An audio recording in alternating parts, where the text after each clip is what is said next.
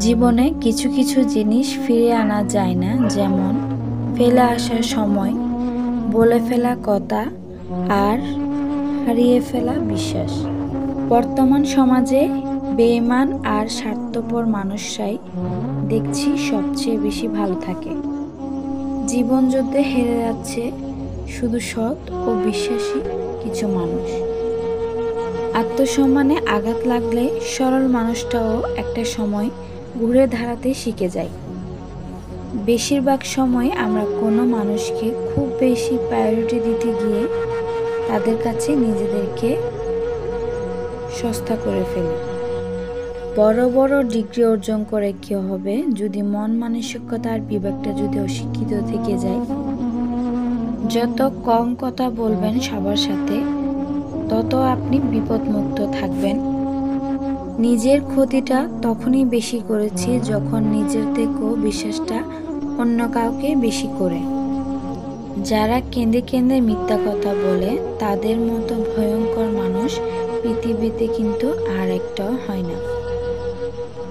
আমার দেখা মতে সরল মানুষরাই সাধারণত প্রতারণার শিকার বেশি হয়। তারা মানুষের ভালো কাজে এগিয়ে যায়, কিন্তু মানুষ সেটা বিপরীত ভেবে তাদেরকে ভুল মানুষ হিসেবে মনে করে, কারণ তারা ভুল মানুষের উপর ভরসা বেশি করে ফেলে। আমরা যদি কোথাও কেটে যাই, সেই কাটার ব্যথা কিন্তু কিছু সময়ের জন্য থেকে যায়, আর আমাদেরকে যদি কেউ কিছু কথা বলে, সেই কথার আঘাতটা যেটা আমরা মনে কষ্ট পাই, সেই ব্যথাটা কিন্তু সারা জীবন থেকে যায়।